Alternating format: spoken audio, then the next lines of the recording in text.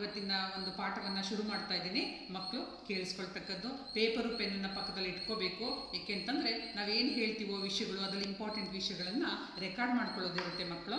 So ಹಾಗಾಗಿ ಎಲ್ಲ ಮಕ್ಕಳನ್ನು ದಯವಿಟ್ಟು ಪಾಠವನ್ನು ಕೇಳಿಸ್ಕೊಳ್ಳೋದ್ರ ಜೊತೆಗೆ ಬರ್ಕೊಳ್ಳೋದು ಕೂಡ ನಿಮ್ಮ ಅನಿವಾರ್ಯತೆ ಆಗಿರುತ್ತೆ.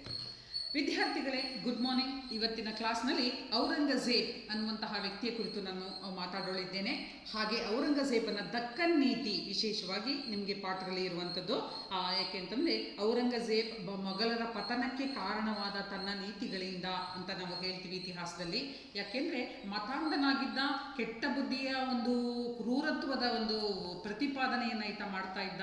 ಮತ್ತು ಇಡೀ ಹಿಂದೂಸ್ತಾನವನ್ನು ಇಸ್ಲಾಂ ಧರ್ಮೀಯ ರಾಷ್ಟ್ರವನ್ನಾಗಿ ಮಾಡ್ತೀನಿ ಅನ್ನುವಂಥ ಕನಸನ್ನು ಹೊತ್ಕೊಂಡಿದ್ದ. ಸೊ ಹಾಗಾಗಿ ಇಂತಹ ಓರ್ವ ವ್ಯಕ್ತಿ ಅನುಸರಿಸಿದಂತಹ ದಕ್ಕನ್ ನೀತಿಗಳು ಭಾರತದಲ್ಲಿ ಮೊಘಲರ ಪತನಕ್ಕೆ ಹೇಗೆ ಕಾರಣವಾಯಿತು ಅನ್ನುವಂತಹ ಅಂಶವನ್ನು ಇವತ್ತು ತರಗತಿಯಲ್ಲಿ ತಿಳಿಸಲಿದ್ದೇನೆ. ವಿದ್ಯಾರ್ಥಿಗಳೇ, ಮೊಘಲರ ಪತನಕ್ಕೆ ಪ್ರಮುಖ ಕಾರಣವಾದ ಔರಂಗಜೇಬನ ದಕ್ಕನ್ ನೀತಿ ಇವತ್ತು ನಮ್ಮ ಪಾಠದ ವಿಷಯ. ಬನ್ನಿ ನಾವು ಔರಂಗಜೇಬನನ್ನು ಕುರಿತಂತೆ ಹೆಚ್ಚು ಮಾಹಿತಿಯನ್ನು ಪಡೀತಾ ಹೋಗೋಣ. ಔರಂಗಜೇಬ ದಕ್ಕನ್ ನೀತಿಯನ್ನು ಅನುಸರಿಸೋದಕ್ಕಿಂತ ಮುಂಚೆ ಅವನಿಗೆ 3 ಉದ್ದೇಶ ಇತ್ತು ವಿದ್ಯಾರ್ಥಿಗಳೇ.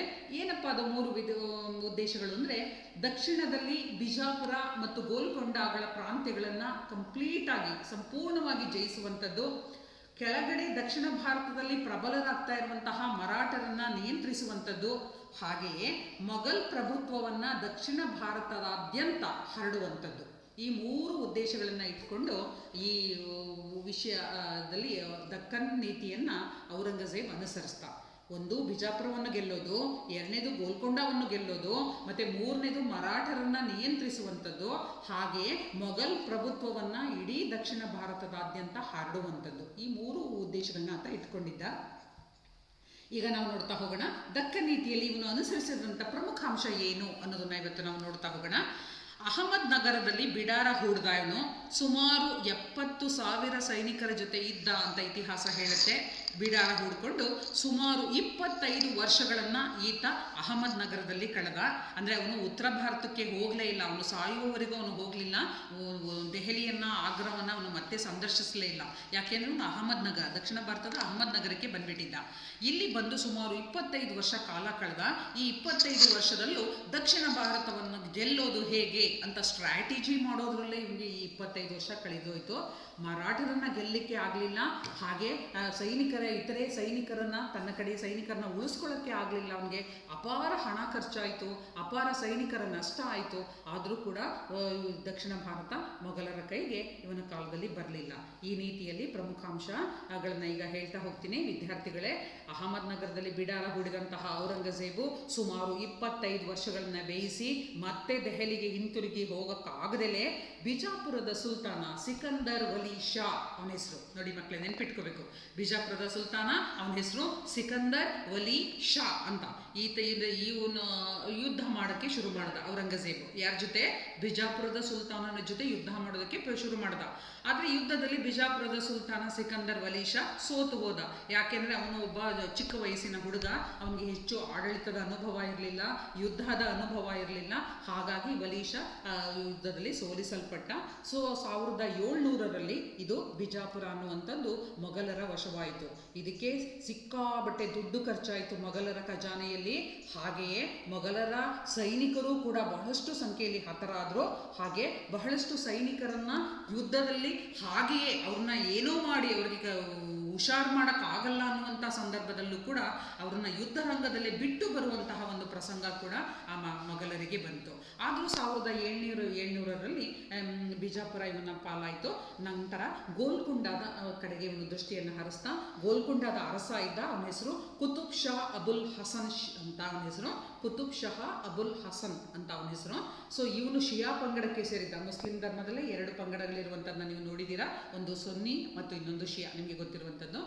ಇವರು ಮೊಘಲರು ಸುನ್ನಿ ಮುಸ್ಲಿಮನ ಪಂಗಡಕ್ಕೆ ಸೇರ್ತಾರೆ, ಹಾಗೂ ದಕ್ಷಿಣ ಭಾರತದ ಬಹುತೇಕ ಅರಸರು ಶಿಯಾ ಪಂಗಡಕ್ಕೆ ಸೇರುವಂಥದ್ದು. ಇವರು ಮರಾಠರಿಗೆ ನೆರವು ನೀಡುತ್ತಾ ಇದ್ದಾನೆ. ಗೋಲ್ಕೊಂಡದ ಅರಸ ಮರಾಠರಿಗೆ ನೆರವು ನೀಡುತ್ತಾ ಇದ್ದಾನೆ. ಅನ್ನುವ ಕಾರಣಕ್ಕಾಗಿ ಔರಂಗಜೇಬ್ ಅವನನ್ನು ತುಂಬ ಹೇಟ್ ಮಾಡ್ತಾ ಇದ್ದ, ಅವನ ಕೆಂಗಣ್ಣಿಗೆ ಗುರಿಯಾಗಿದ್ದ. ಹೇಗಾದರೂ ಮಾಡಿ ಗೋಲ್ಕೊಂಡವನ್ನು ಗೆಲ್ತೀನಿ ಅಂತ ಹೇಳಿ ಮೊಘಲ್ ಅರಸ ಅದರ ಮೇಲೆ ಕಣ್ಣು ಹಾಕ್ಕೊಂಡು ಗೋಲ್ಕೊಂಡಾದ ದಾಳಿಯನ್ನು ಪ್ರಾರಂಭ ಮಾಡ್ದ. ಆದರೆ ಗೋಲ್ಕೊಂಡವನ್ನು ಗೆಲ್ಲೋದು ಅಷ್ಟು ಸುಲಭವಾಗಿರಲಿಲ್ಲ. ಯಾಕೆಂದರೆ ಗೋಲ್ಕೊಂಡದಲ್ಲಿದ್ದಂತಹ ಕೋಟೆಗಳು, ಅಲ್ಲಿದ್ದಂತಹ ಪ್ರಾಕೃತಿಕ ಸಂಪತ್ತು ಅದನ್ನು ಅತ್ಯಂತ ಅಭೇದ್ಯವಾದ ಜಾಗವನ್ನಾಗಿ ಮಾಡಿತ್ತು. ಆದರೂ ಕ್ರಿಸ್ತಶಕ 1687 ಹೊತ್ತಿಗೆ ಈ ಕೋಟೆ ಮತ್ತು ಗೋಲ್ಕೊಂಡದ ಪ್ರಾಂತ್ಯ ಔರಂಗಜೇಬನ ವಶ ಆಯಿತು. ಆದರೆ ಇಲ್ಲಿ ಇವನು ಅನುಸರಿಸಿದ್ದು ಶಕ್ತಿಯಲ್ಲ, ಯುಕ್ತಿ. ಅಂದರೆ ಕೋಟೆಯನ್ನು ನೋಡಿಕೊಳ್ಳುವಂತಹ ಮೇಲ್ವಿಚಾರಕರಿಗೆ ಹಣದ ಆಮಿಷವನ್ನು ಒಡ್ಡಿ, ಲಂಚವನ್ನು ಕೊಟ್ಟು, ಹಣದಾಸೆಯನ್ನು ತೋರಿಸಿ ಅವರು ಹೇಗಾದರೂ ಮಾಡಿ ಕೋಟೆಗೆ ಹೋಗುವಂತಹ ಮಾರ್ಗವನ್ನು ತನಗೆ ತೋರಿಸಿಕೊಟ್ಟಲ್ಲಿ ಅವರಿಗೆ ಬಹಳಷ್ಟು ಹಣವನ್ನು ಕೊಡ್ತೀನಿ ಅನ್ನುವಂಥ ಆಮಿಷವನ್ನು ಒಡ್ಡಿ, ಈ ಆಮಿಷಕ್ಕೆ ಅವರನ್ನು ಒಳಪಡಿಸಿ ಈ ಕೋಟೆಯನ್ನು ಅವನು ಗೆದ್ದುಕೊಂಡ ಅಂತ ಇತಿಹಾಸ ಹೇಳುವಂಥದ್ದು. ಅಂತೂ ಅವನು ಗೋಲ್ಕೊಂಡವನ್ನು ಗೆದ್ದುಕೊಂಡ. ಆದರೆ ಇದನ್ನೆಲ್ಲ ಗೆಲ್ಲುವುದಕ್ಕಿಂತ ಮುಂಚೆ ಅವನು ಮಾಡಿದಂತಹ ಖರ್ಚು ವೆಚ್ಚಗಳು, ಅವನು ಮಾಡಿದಂತಹ ಕೆಲವೊಂದು ನೀತಿಗಳು ಮೊಘಲರ ಪತನಕ್ಕೆ ಹೇಗೆ ಕಾರಣವಾಯಿತು ಅನ್ನೋದನ್ನು ನೋಡ್ತಾ ಹೋಗೋಣ. ಈಗ ಪರಿಣಾಮಗಳಿಗೆ ಬರೋಣ. ಮರಾಠರು ಪ್ರಬಲರಾಗಿ ಬೆಳೆಯಲು ಇದು ಕಾರಣವಾಯಿತು. ಅಂದರೆ ದಕ್ಷಿಣ ಭಾರತದಲ್ಲಿ ಗೋಲ್ಕೊಂಡದ ಅರಸರು, ಬಿಜಾಪುರದ ಅರಸರು ಇದ್ದಿದ್ರೆ ಮರಾಠರು ಮುಂದುವರ್ಕೊಂಡು ಬೆಳೆಯೋಕ್ಕೆ ಸಾಧ್ಯ ಆಗ್ತಾ ಇರಲಿಲ್ಲ, ಅವರ ಸಾಮ್ರಾಜ್ಯ ವಿಸ್ತೀರ್ಣ ಆಗ್ತಾ ಇರಲಿಲ್ಲ. ಆದರೆ ಯಾವಾಗ ಇಬ್ಬರನ್ನೂ ಅವನು ಸೋಲಿಸಿಬಿಟ್ನೋ, ಗೆದ್ದುಕೊಂಡ್ಬಿಟ್ನೋ, ಮರಾಠರಿಗೆ ಮತ್ತಷ್ಟು ಪ್ರಬಲರಾಗಿ ಬೆಳೆಯೋದಕ್ಕೆ ಇದು ಕಾರಣ ಆಯಿತು. ಅಲ್ಲದೆ ಮರಾಠರು ದಕ್ಷಿಣ ಭಾರತದಾದ್ಯಂತ ವಿಸ್ತರಿಸಿಕೊಳ್ಳಲು ಅವಕಾಶ ದೊರೆಯಿತು. ಎಷ್ಟು ದಕ್ಷಿಣ ಭಾರತಕ್ಕೆ ಬಂದಿದ್ರಪ್ಪ ಮರಾಠರು ಅಂದರೆ, ಬೆಂಗಳೂರನ್ನೂ ಜಯಿಸಿಕೊಂಡು ಹಾಸನದ ಸುತ್ತಮುತ್ತದ ಪ್ರದೇಶಗಳು, ವಿಶೇಷವಾಗಿ ಈಗಿನ ಅರಸೀಕೆರೆ ಪ್ರದೇಶದವರೆಗೂ ಮರಾಠ ಸೈನ್ಯ ನುಗ್ಗಿ ಬಂದಿತ್ತು ಅನ್ನುವಂತಹ ಇತಿಹಾಸ ನಮಗೆ ದೊರೆಯುವಂಥದ್ದು.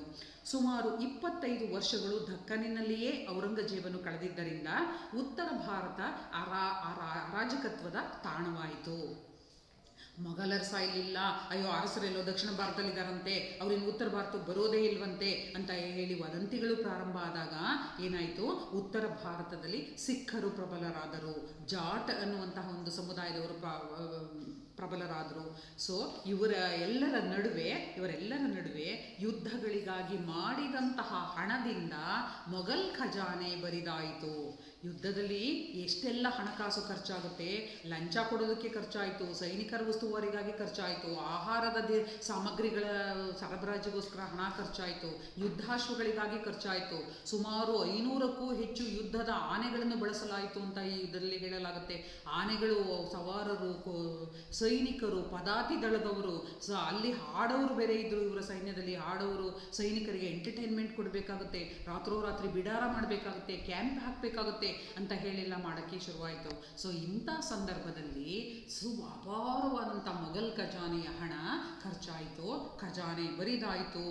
ಅಲ್ಲದೆ ಮೊಘಲ್ ಸೈನಿಕರು ಸತತ ಯುದ್ಧಗಳಿಂದ ಬಸವಳಿದರು. ಬಿಜಾಪುರದವನ್ನು ಗೆಲ್ಲೋದಕ್ಕೆ, ಗೋಲ್ಕೊಂಡವನ್ನು ಗೆಲ್ಲಕ್ಕೆ, ಮರಾಠರ ಶಿವಾಜಿಯನ್ನು ಗೆಲ್ಲೋದಕ್ಕೆ ಅಪಾರ ಹಣ ಖರ್ಚಾಯಿತು. ಇಷ್ಟೊಂದು ಹಣ ಖರ್ಚಾಗಿದ್ರ ಜೊತೆಗೆ ಸೈನಿಕರು ಹೇಳಿದರು, ಸರ್ ನಮಗೆ ಯುದ್ಧದಿಂದ ಸ್ವಲ್ಪ ಶಾಂತಿ ಕೊಡಿ, ಸ್ವಲ್ಪ ರೆಸ್ಟ್ ಕೊಡಿ, ವಿರಾಮ ಕೊಡಿ, ನಮಗೆ ನಿರಂತರ ಯುದ್ಧದಲ್ಲಿದ್ದೇವೆ, ನಾವು ಹೆಂಡತಿ ಮಕ್ಕಳನ್ನ ನೋಡಬೇಕು, ಸ್ವಂತ ಊರಿಗೆ ಹೋಗಬೇಕು ಅಂತ ಅಷ್ಟೂ ಸೈನಿಕರು ರಿಕ್ವೆಸ್ಟ್ ಮಾಡಿಕೊಂಡ್ರು ಸಹಿತ ಈ ಯುದ್ಧಗಳು ಮುಗಿಯೋ ಲಕ್ಷಣನೇ ಕಾಣ್ತಾ ಇರಲಿಲ್ಲ. ಹಾಗಾಗಿ ಮೊಘಲ್ ಸೈನಿಕರು ಒಬ್ಬೊಬ್ಬರೇ ಸೈನ್ಯವನ್ನು ಬಿಟ್ಟು ಹೋಗುವಂತಹ ನಿರ್ಧಾರಕ್ಕೆ ಬರೋದಕ್ಕೆ ಶುರು ಮಾಡಿದರು.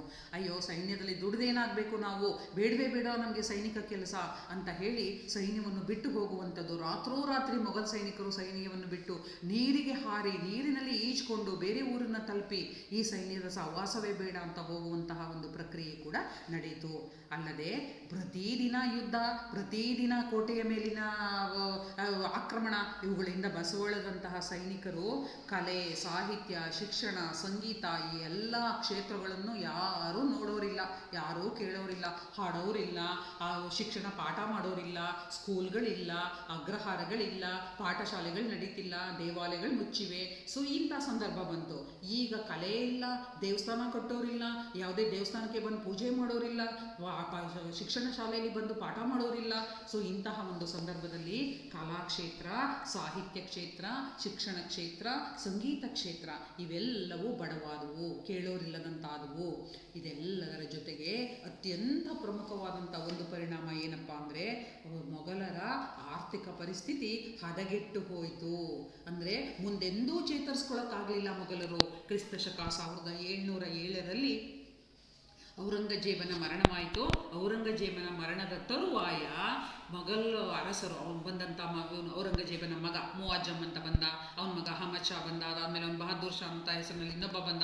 ಸೊ ಇವ್ರ ಕಾಲಕ್ಕಾಗಲೇ ಮೊಘಲ್ ಸೈನ್ಯದಲ್ಲಿ ಇದ್ದಂತಹ ಸೈನಿಕರೂ ಬಿಟ್ಟು ಹೋಗಿದ್ರು, ಶಿಸ್ತು ಸಂಯಮನೂ ಕಾಣೆಯಾಗಿತ್ತು, ಹಣವೂ ಇಲ್ಲದಂತಾಗಿತ್ತು, ಮೊಘಲ್ ಖಜಾನೆ ಖಾಲಿಯಾಗಿ ಜನ ಬೇರೆ ಬೇರೆ ಊರುಗಳ ಹತ್ರ ಸುಲಿಗೆ ಮಾಡೋದಕ್ಕೆ, ಆರ್ಥಿಕ ಡಕಾಯಿತಿ ಮಾಡೋದಕ್ಕೆ, ಆರ್ಥಿಕವಾಗಿ ಸ್ವಲ್ಪ ಹಣವನ್ನು ಬೇರೆ ಕಡೆಯಿಂದ ಕ್ರೋಢೀಕರಿಸಿಕೊಳ್ಳೋಕ್ಕೆ ಜನರ ಮೇಲೆ ತೆರಿಗೆ ಹಾಕೋದೊಂದು ಬಿಟ್ಟು ಬೇರೆ ಯಾವ ಆಪ್ಷನ್ಸು ಇವ್ರ ಹತ್ರ ಇರಲಿಲ್ಲ ಅನ್ನುವಂತಹ ಒಂದು ಪರಿಸ್ಥಿತಿ ಉಂಟಾಗಿಬಿಟ್ಟಿತ್ತು. ಅದಕ್ಕೆ ಮೊಘಲರ ಪತನಕ್ಕೆ ಔರಂಗಜೇಬನ ಧಾರ್ಮಿಕ ನೀತಿ, ಔರಂಗಜೇಬನ ದಕ್ಕನ್ ನೀತಿ ಹಾಗೂ ಔರಂಗಜೇಬನ ವೈಯಕ್ತಿಕ ನಡಾವಳಿಗಳೇ ಕಾರಣ ಅಂತ ಇತಿಹಾಸಕಾರರು ಹೇಳಿರುವಂಥದ್ದು. ಅದರಲ್ಲೂ ಇತಿಹಾಸಕಾರ ಡಾಡ್ವೆಲ್ ಅವರ ಪ್ರಕಾರ ಹೇಳೋದಾದರೆ ಮೊಘಲರು ಇನ್ನೊಂದು ಸ್ವಲ್ಪ ಯೋಚನೆ ಮಾಡಿಕೊಂಡು, ಅಂದರೆ ಅದರ ವಿಶೇಷವಾಗಿ ಔರಂಗಜೇಬನ ಕುರಿತಂತೆ ಅವ್ರು ಹೇಳ್ತಾರೆ, ಸ್ವಲ್ಪ ಯೋಚನೆ ಮಾಡಿ ಇವನು ನಿರ್ಧಾರಗಳನ್ನ ತೆಗೆದುಕೊಳ್ಳೋದೇ ಆಗಿದ್ದಿದ್ರೆ ಮೊಘಲ್ ವಂಶ ಇನ್ನೂ 250 ವರ್ಷ ಆಚೆಗೆ ಬಾಳ್ತಾ ಇತ್ತು. ಆದರೆ ಇವನು ಹಿಂದೂ ಬಹುಸಂಖ್ಯಾತರನ್ನ ನಿರ್ಲಕ್ಷ್ಯ ಮಾಡ್ದ, ಹಿಂದೂ ಬಹುಸಂಖ್ಯಾತರ ವಿರುದ್ಧ ಧಾರ್ಮಿಕ ಅಸಹಿಷ್ಣುತಾ ನೀತಿಯನ್ನು ತೋರದ, ನಾನೇ ಸರ್ವಸ್ವ, ಮೊಘಲ್ ರಾಜ್ಯವೇ ಸರ್ವಸ್ವ ಅಂದ, ಸುನ್ನಿ ಮುಸ್ಲಿಮರೇ ಶ್ರೇಷ್ಠರು ಅನ್ನುವಂತಹ ಒಂದು ನೀತಿಯನ್ನು ತಂದ, ಶಿಯಾ ಪಂಗಡದವ್ರನ್ನ ದ್ವೇಷ ಮಾಡೋದಕ್ಕೆ ಶುರು ಮಾಡ್ದ, ಬಹುಸಂಖ್ಯಾತ ಹಿಂದೂಗಳನ್ನ ದ್ವೇಷ ಮಾಡ್ದ, ಪಾಠಶಾಲೆಗಳನ್ನು ಮುಚ್ಚಿಸ್ದ, ದೇವಾಲಯಗಳನ್ನು ಮುಚ್ಚಿಸ್ದ. ಸೊ ಈ ಎಲ್ಲ ಕಾರ್ಯಕ್ರಮಗಳ ಮೂಲಕ ಹಿಂದೂಗಳ ಮೇಲೆ ತೆರಿಗೆಯನ್ನು ಹೇರಿ ಜಜಿಯಾ ಅನ್ನುವಂತಹ ತಲೆಗಂದಾಯವನ್ನು ಹೇರ್ದ. ಸೊ ಈ ಎಲ್ಲ ಕಾರ್ಯಕ್ರಮಗಳು ದಕ್ಕನ್ ನೀತಿಯ ಪರಿಣಾಮವಾಗಿ ಭಾರತೀಯರಲ್ಲಿ, ಅದರಲ್ಲೂ ವಿಶೇಷವಾಗಿ ಹಿಂದೂಗಳಲ್ಲಿ ವಿಶೇಷವಾದಂತಹ ದ್ವೇಷವನ್ನು, ಮೊಘಲರು ಅಂದರೆ ಅವರು ನಮ್ಮನ್ನು ದ್ವೇಷ ಮಾಡೋದಕ್ಕಂತಲೇ ಎಲ್ಲಿಂದಲೋ ಬಂದಿದ್ದಾರೆ ಅನ್ನುವಂತಹ ಒಂದು ಪರಿಸ್ಥಿತಿಗೆ ಕಾರಣ ಆಯಿತು. ಸೊ ಇದಿಷ್ಟು ಇವತ್ತಿನ ದಕ್ಕನ್ ನೀತಿ, ಅದರ ಉದ್ದೇಶಗಳು, ಅದರ ಪ್ರಮುಖ ಅಂಶಗಳು ಹಾಗೂ ಅದರ ಪರಿಣಾಮಗಳು. ವಿದ್ಯಾರ್ಥಿಗಳೇ, ಇದರ ನೋಟ್ಸನ್ನು ಈಗ ನಿಮಗೆ ಕಳಿಸಲಾಗುತ್ತೆ. ದಯವಿಟ್ಟು ಇದನ್ನು ಮನೆಯಲ್ಲಿ ಓದ್ಕೋತೀರಾ ಮತ್ತು ಬೇರೆ ಒಂದು ಪುಸ್ತಕಕ್ಕೆ ಇದನ್ನೆಲ್ಲ ಬರ್ಕೋತೀರಾ ಹಾಗೂ ಹೇಳಿದಂಥ ವಿಷಯವನ್ನು ಮತ್ತೊಮ್ಮೆ ಮನದಟ್ಟು ಮಾಡ್ಕೋತೀರಾ ಅಂತ ಅಂದ್ಕೊಂಡಿದ್ದೀನಿ. ಎಲ್ಲ ವಿದ್ಯಾರ್ಥಿಗಳಿಗೂ ವಂದನೆಗಳು. ನಾಳೆ ಮತ್ತೆ ಹೊಸ ತರಗತಿಯಲ್ಲಿ ಹೊಸದಾಗಿ ಭೇಟಿ ಮಾಡೋಣ. ಎಲ್ಲರಿಗೂ ವಂದನೆಗಳು.